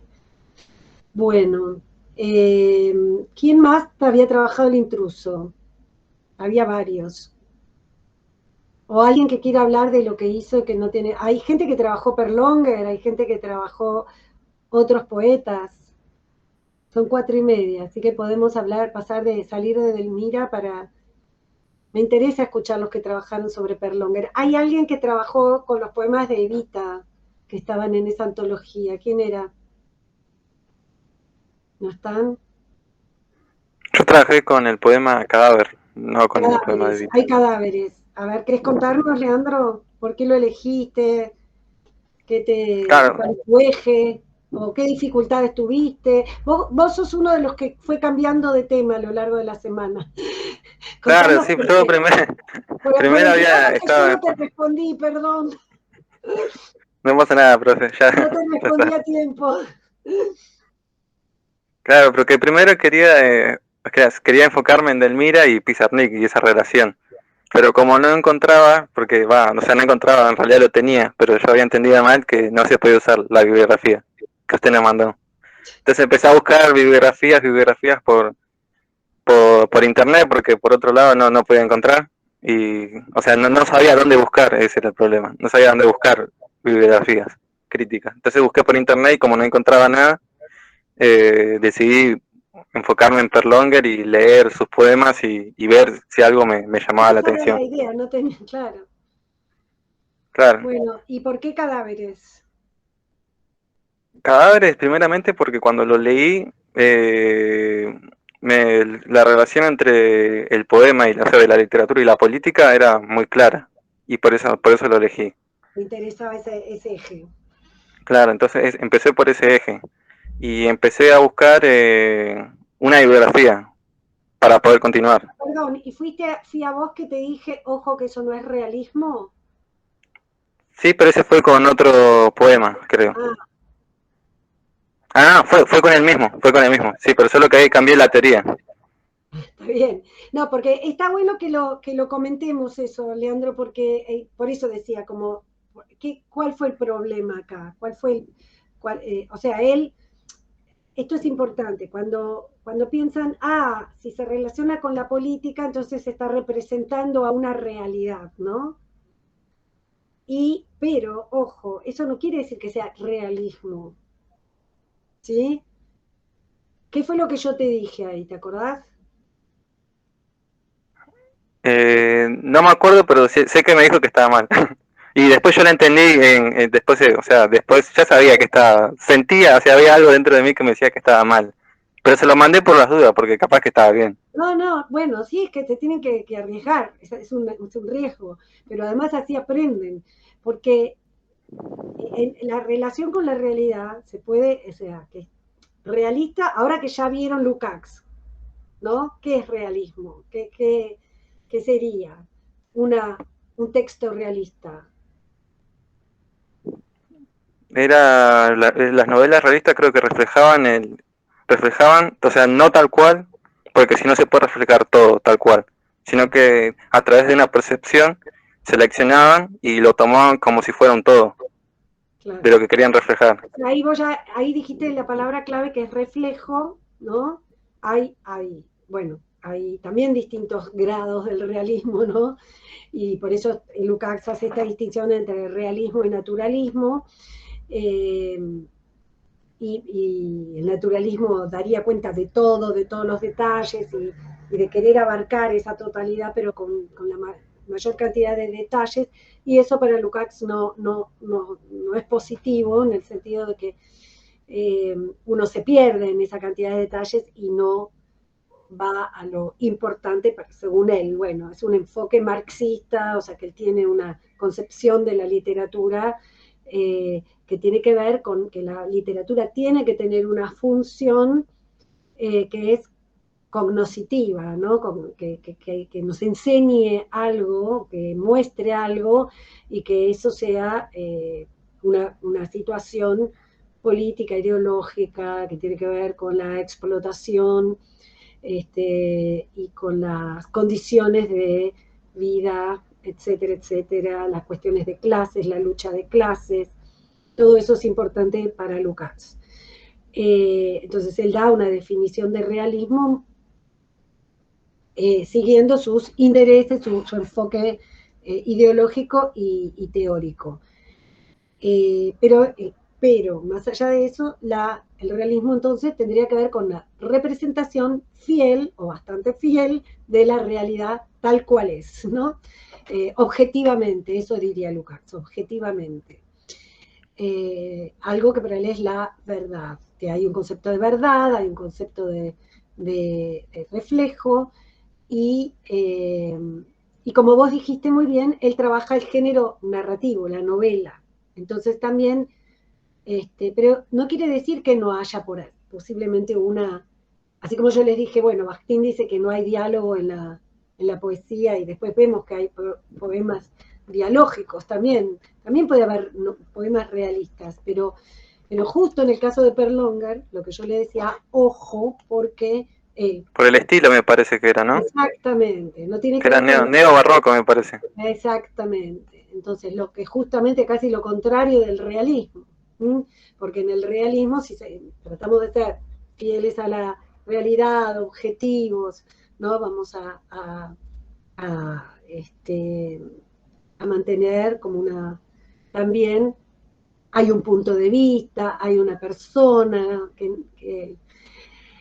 en el neobarroco hay, por un lado, el neobarroco, que es todo lo que tiene que ver con, porque el realismo lo podríamos casi relacionar con el clasicismo, ¿no? Si pensamos en imágenes o en pintura, como yo les decía el otro día, el círculo versus la elipse barroca que describe Sarduy. El neobarroco entonces sería excesivo, es sobrecargado. Piensen en la arquitectura, el churrigueresco, ¿no? La arquitectura barroca, con los pliegues. Creo que le decía neo-barroso, ¿no? Profe, ¿puede ser? ¿Cómo? Que cuando le preguntan a Perlonger sobre el estilo, él lo dijo como neo-barroso, por ese carácter, sí, excesivo. Claro, en esa antología que yo les di, hay un ensayo, después de los poemas hay un ensayo de él, si la miraban todo ese PDF, hay un ensayo que se llama Caribe Trasplatino, y es donde él mismo lo escribe y explica, es como su poética. Decimos que algo es una poética cuando el autor o la autora explican su propia concepción literaria, de cómo escriben ellos, ¿no? Entonces, Caribe Trasplatino es casi una poética escrita por Perlonger, donde él explica este paso del neobarroco, del barroco, o sea, como él arma una genealogía también, ¿no? Retrospectiva, así como cuando Borges habla de Kafka y sus precursores, él va diciendo, bueno, el neobarroso es al barroco, no es, por ejemplo, él y Lamborghini, que es el otro poeta con el que él se identifica o se asocia, Osvaldo Lamborghini, somos a a Sarduy, lo que es Sarduy y Lezama Lima, que son los cubanos, por eso es Caribe, Caribe es Cuba sobre todo, Carpentier, que era barroco, ¿no? Lezama Lima, Sarduy, son los cubanos barrocos, lo que ellos son a Sor Juana, y Sor Juana es a Góngora. Se hace como una genealogía retrospectiva, digamos. Y como esos cambios del barroco al neobarroco y del neobarroco al neobarroso, que yo les decía que habla de esa metáfora por el barro del Río de la Plata, ¿no? Frente al barroco áureo. ¿Qué es áureo? ¿Qué quiere decir áureo? De alma. No, no es de alma, es de áureo. Si tienen que pensar un color.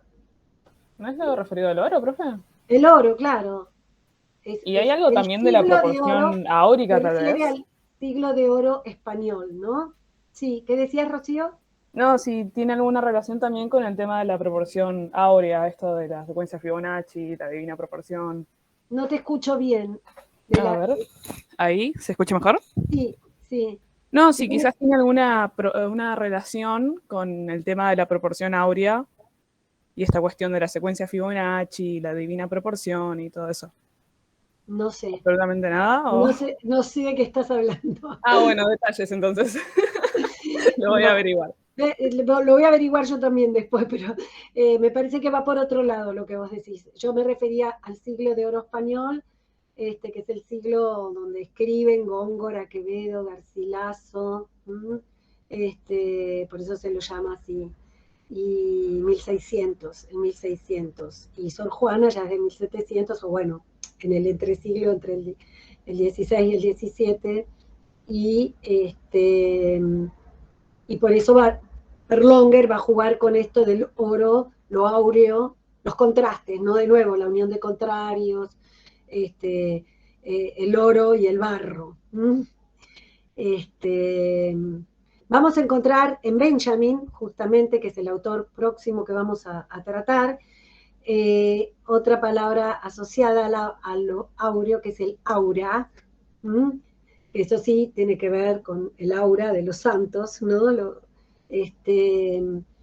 Y con una concepción del arte, un contraste que plantea Benjamin entre el arte aurático, a decir él, y el arte reproducido mecánicamente, técnicamente reproducido. Ese es el texto que tienen que leer ustedes para la próxima clase. Es la obra de arte en la época de su reproductibilidad técnica. Ya lo puse en el campus, el título ya lo tienen en el Drive. Y lean también de Benjamin El narrador, que es un texto que también lo tienen en el Drive, y después lo van a ver con Isabel, pero ya que tienen 2 semanas ahora que no vamos a tener clase, porque el viernes es feriado, quiero que trabajen solos también, que lean los 2 textos de Benjamin. Yo les voy a mandar por mail un cuestionario para el texto de la obra de arte, como hicimos con el formalismo. Si pueden, respóndanlo por escrito, así ya lo tienen para la clase de dentro de 15 días, trabajado, fichado, con las citas, con el número de página, no para que me lo entreguen, ¿sí? Pero yo quisiera que lo tengan a mano, trabajado, leído, y es un texto largo, con algunas partes más simples y otras más complejas, por la cantidad de referencias que tiene, así que tienen 15 días para ir buscando esas referencias, autores que él cita, entre otros a Freud, a Bergson, o sea, filósofos, a Freud, bueno, a las referencias políticas también. Quiero que se ubiquen en la línea del tiempo. Los 2 textos, tanto el de la obra de arte como el narrador, fueron escritos en 1936. Entonces, ¿qué pasó en ese año? ¿En qué época estamos? En la misma época que están ahora trabajando con Martín. Ustedes van a ver Brecht hoy y la semana que viene Adorno, Entonces Benjamin entra dentro de ese, también de ese conjunto de autores que están viendo con Martín, marxistas de la década del 30, o sea, los textos que estamos viendo son de la década del 30, ¿no? Ellos, por supuesto, empezaron a escribir mucho antes y algunos terminaron escribiendo mucho tiempo después, no el caso de Benjamin, que se suicida también en 1940. ¿Por qué? ¿Qué pasó? Todo eso lo pueden... Entonces, les voy a mandar el cuestionario y les voy a mandar una clase teórica que di yo hace unos años, la clase desgrabada. Que si podría repetir, a ver, alguien me pregunta, Rocío, lo que dije ahora es lo que yo les voy a mandar por mail para que lean y preparen para dentro de 15 días. Es una clase que yo di sobre Benjamin, que es introductoria, es un teórico.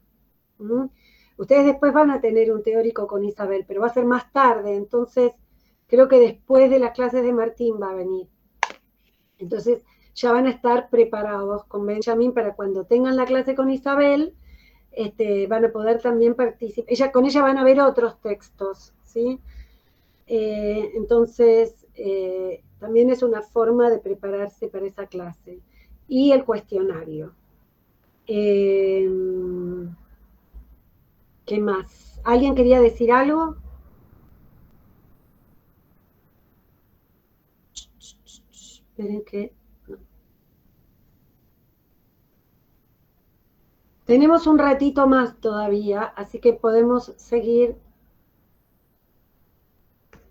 Sí, ¿alguien quería decir algo? ¿Me pareció?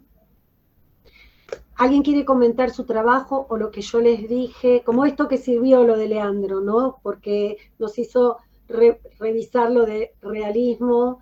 Entonces, lo que ustedes vieron como contrapuesto al realismo fue la vanguardia, que fueron las clases que tuvieron con Paula Bertúa, y que ustedes vieron primero conmigo, vieron un poco lo del futurismo, pero después con Paula vieron más la teoría de la vanguardia, leyeron a Bürger. Bueno, si ven en Bürger hay una crítica a Benjamin, a este texto de Benjamin que van a leer, pueden revisar Bürger, qué es lo que le critica a Benjamin, creo que es en el capítulo 2 de Bürger. Y el neobarroco, Berlonger está escribiendo en la década del 80, ¿no? Todo este movimiento de los neobarrocos son de la década del 80 en Argentina, bueno, no solo Argentina, había en Uruguay, en Cuba, como vimos, México.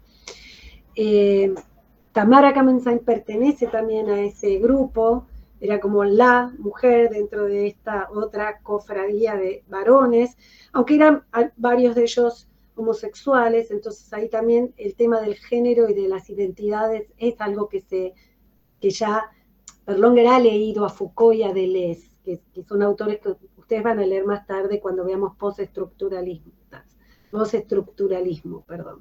Entonces, alguien que había por ahí trabajado, Sabrina, creo que eras, de Venir Marta, ¿no?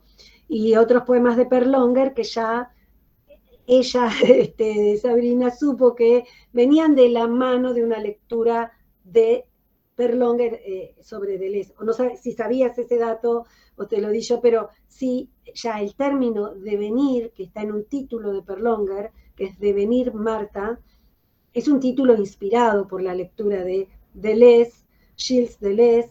Para los que no lo conocen y no lo vieron nunca, lo voy a poner en el chat. Es un autor que van a leer más tarde y van a ver las clases con Isabel, supongo. Gilles Deleuze y Michel. Bueno, Foucault creo que vieron algo en el CBC, ¿no?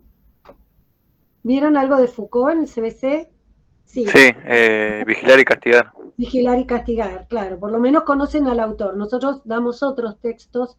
Vamos a leer uno que es en prácticos, que es ¿qué es un autor? Y en teóricos van a ver, no sé qué van a ver, porque los daba Nora, no sé quién va a tomar esa. Sí, Isabel, supongo. Isabel va a dar Foucault.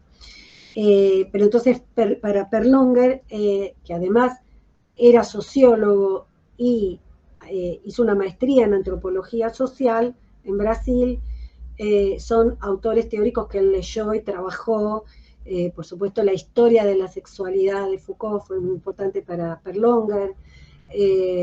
La historia de la locura, la historia de la sexualidad, el poema Maldecí que ustedes tenían ahí, también yo creo que ya había, Foucault viajó a Brasil en esa época a dar conferencias también en los 80, que es otros textos de Foucault que después se publicaron, esas conferencias, pero por supuesto era un autor muy presente para Perlonger. Foucault tiene un libro que es uno de los últimos, que es El cuidado de sí. Foucault también era homosexual y tuvo, como Perlonger, creo que contrajo el virus del HIV. Entonces hay todo un tema con el cuerpo, la enfermedad, el cuidado de sí, y bueno, en el caso de Perlonger, todos esos últimos poemas, los que yo les di, no los que estaban en la antología, sino que los que les puse en el link, que eran en el Word, que eran de los que habla Tamara Kamensain, ¿no? El Maldecí y la canción de la muerte en bicicleta. Entonces, tienen que ver con lo que ella llama una lírica terminal, ¿no? Enfermedades terminales. Ella arma un corpus con eso, con otros autores, con otros poetas como Biel Temperley, que tiene un libro que se llama Hospital Británico. Entonces, para que vean cómo pueden ir, como distintas maneras de armar corpus, ¿no? Así que ahí tienen otros. Sé que, Sabrina, ¿no querés hablar? Bueno, me da mucha vergüenza, pero... Bueno, por eso hay que practicar, porque en el examen final...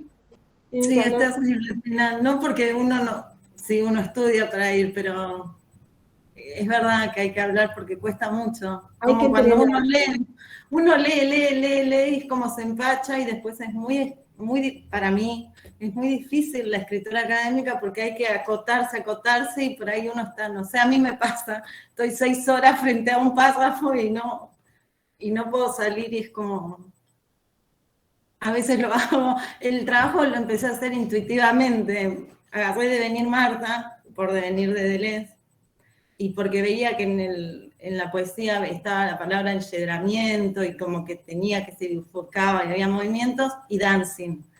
Entonces lo empecé a hacer el trabajo buscando palabras, como intuitivamente, porque aparte me llamaba mucho la atención las texturas, porque me gustan las texturas, porque trabajaba con tela y esas cosas, yo personalmente, y empecé a buscar palabras, hasta que fui armando como grupos de palabras, y me quedó como el eje, que me costó mucho también, digo, a veces no sé si no entiendo o hago todo al revés, pero como que me lleva mucho tiempo, y hice la subjetividad y la superficie, el eje del trabajo. Pero la subjetividad no entendida como diferenciada del cuerpo o alma o el interior, sino como la subjetividad que es el mismo cuerpo y que se ve en la superficie de los poemas, como cuando él habla del reboque, del maquillaje, y cómo esa subjetividad se ve en el cuerpo mismo. Sí, Sabrina hizo un trabajo enorme, les cuento, me mandó esquemas, hizo un cruce entre algo estructuralista, porque esto de superficie es casi chomskiano, ¿no? De lo profundo y la superficie, la estructura profunda y la estructura de superficie, el interior y el exterior, ¿no? En Perlonger esto, como lo que es la unión de contrarios también, esas separaciones siempre se exceden, ¿no? Siempre se desbordan, digamos. Pero está bueno, como ella vio, así como yo les decía recién, el oro y el barro en algún momento se chocan, se cruzan, se mezclan, ¿no? Pero a la vez, digo, vio la cuestión estructural, pero también la cruzó con una teoría, que es la teoría de Deleuze, y con un tema también que viene del psicoanálisis, que es otra teoría que también por supuesto es muy importante en Deleuze y en Foucault, y bueno, y fue importante para Perlonger, que es el psicoanálisis, ¿no? Porque toda la cuestión de la subjetividad tiene que ver con una lectura que tiene una influencia del psicoanálisis, también los que hablaban Matilde, ¿no? No lo mencionaste, pero la idea del deseo, el deseo es algo que cuerpo, deseo, subjetividad, son términos, son conceptos que trae el psicoanálisis. Algunos ya venían con Freud desde principios de siglo, ¿no? Pero desde los años 50, 60, ya la figura de Lacan es muy importante para estos filósofos como Barthes, como Foucault, como Deleuze, como Guattari, que van a ver, y son los que leyó Perlonger también, ¿no? Entonces son las... sí, no quiero hablar tanto como de influencia, pero lo es también. Son las lecturas previas que ellos tienen. Y ahora que decís lo de las palabras, te cuento que Perlonger también trabajaba así para componer los poemas. Solo que él hacía listas de palabras, yo pude ver los manuscritos, ¿no? Los cuadernos que él hacía listas de palabras, pero que las asociaba a través de el significante, así como hacían los futuristas. Él, por ejemplo, tomaba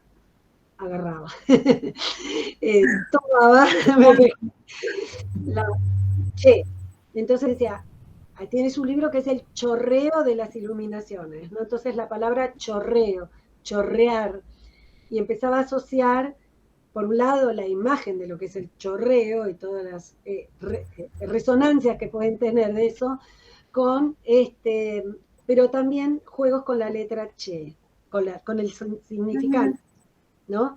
Entonces, bueno, no quiero... leche, por ejemplo. El chorreo de la leche, and so on, ¿no? Es muy interesante ver eso también, como uno deconstruye lo que él construyó, ¿no? Pero que es parte de lo que es un análisis también. Analizar quiere decir separar. Entonces ahí vamos separando lo que él unió, digamos. Pero está muy bien, hiciste tu método, te llevó tu tiempo, sí, lleva tiempo. Y sobre todo lleva tiempo la escritura. Por eso está muy bien lo que ella hizo de armarse un esquema, eso yo también lo explico en las clases de metodología, armarse un esquema de ver desde dónde parten.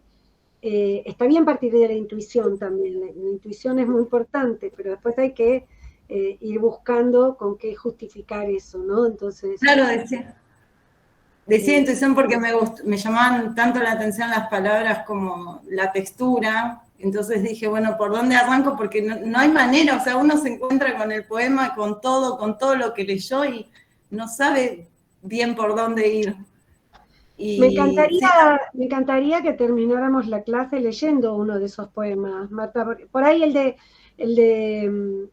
Cadáveres, Leandro, es muy largo, no te lo hice leer, pero podemos leer para que tengan los que no leyeron a Perlonger, por lo menos un poquito un panorama. Espera que quiero ver, yo hago esto con la pantalla porque para ver la hora, ya es casi la hora, por eso. ¿Querés que lo lea? Dale, lee vos de venir, Marta, ¿sí? Y vamos a terminar, y así terminamos la clase, salvo, bueno, por supuesto, si alguien después quiere hacer preguntas y eso, yo me quedo un ratito conectada. Pero cuando termina ella, el que no tiene preguntas se puede ir y van a recibir mi mail con los cuestionarios y la clase sobre Benjamin. Dale. Sí, decía también que el final del poema, que es del diván, que también trataba de eso, de no el diván como psicoanálisis, sino el diván como un lugar donde pueden ir las minorías, como los trans, o más politizado. También, sí, él fue un ferviente, un pionero en la lucha por como les conté, ¿no? Por los derechos de los homosexuales. Estaban uno de los fundadores también el Frente, no era la CHA, todavía no existía la CHA, pero el Frente de Liberación Homosexual, FLH.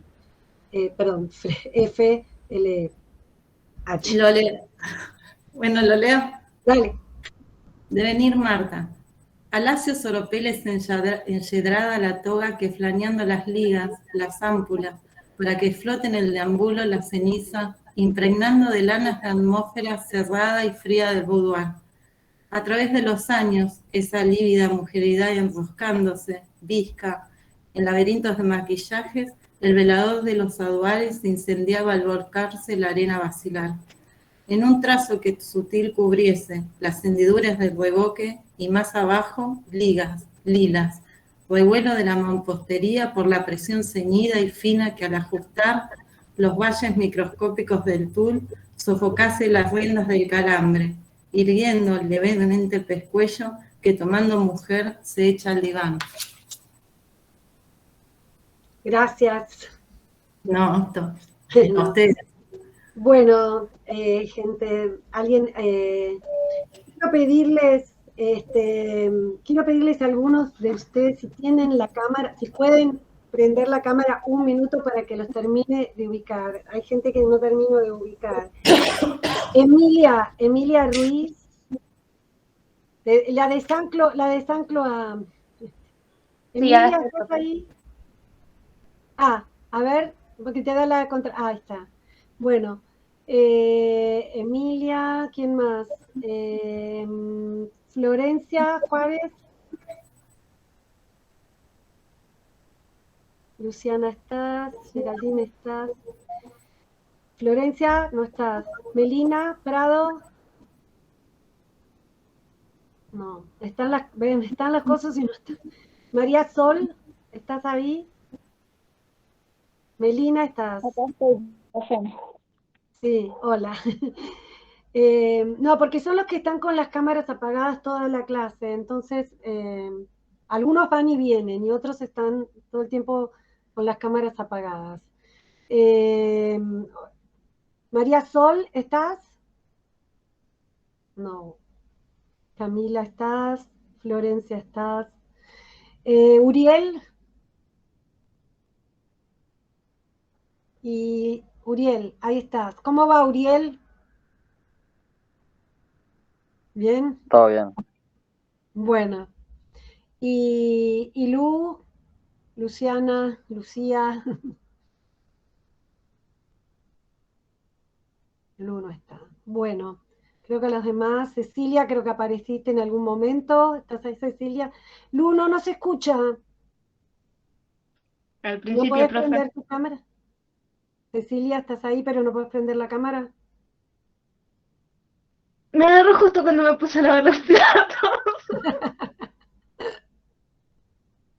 Bueno, pero podés lavar los platos y escuchar la clase. Esa es la ventaja de... Ok. Listo, ya te vi. Listo. Bueno, ¿alguno tiene una pregunta? No. Ok, bueno. Los parciales yo se los voy a ir devolviendo. No sé si voy a hacer una devolución. Como son muchos, y ahora tenemos que agregar lo del poema, no creo que pueda hacerles muchas, o sea, les voy a dar la nota por mail, ¿sí? Y después en todo caso, podemos hacer una mini, no puedo hacerles como una devolución de como hago en papel, que les escribo las correcciones. Yo soy re puntillosa, a veces hasta les corrijo faltas de ortografía y acentos y cosas así, pero esto de tener que leerlo en la compu y no voy a usar control de cambios y cosas así para corregirlo porque son muchos y no llegaríamos, ¿sí? Pero les voy a dar la nota, tal vez algún comentario y en todo caso, si después el que quiere podemos hacer alguna cita, ¿sí? Como alguna, o algún chat o algo así. Bueno, así que para la próxima clase, que va a ser en 15 días, espero tenerlos, ¿sí? Igual, yo como por mail se los voy a ir mandando a medida que los tenga. Me quedó corto el espacio, tuve que achicar, profe. Bueno, después lo veo, ¿sí? Después veo. ¿Qué más? No, digo, yo siempre trato de, cuando es presencial, no devuelvo los parciales hasta no tener todos juntos, porque me gusta cuando los devuelvo en mano, que los tengan todos al mismo tiempo. Pero como ahora cada uno va a recibir su nota por vía privada, por ahí puedo ir en estos 15 días, en este transcurso de los 15 días, ir devolviéndoselos, ¿sí? Bueno, si no tienen más preguntas, nos despedimos y me pueden seguir escribiendo por mail, cualquier cosa. Chao, muchas gracias. Nada. Chao, gracias. Chao, Chao, Chao, gracias. Graciela, muchas gracias. Gracias. Nada. Nos vemos. De nada.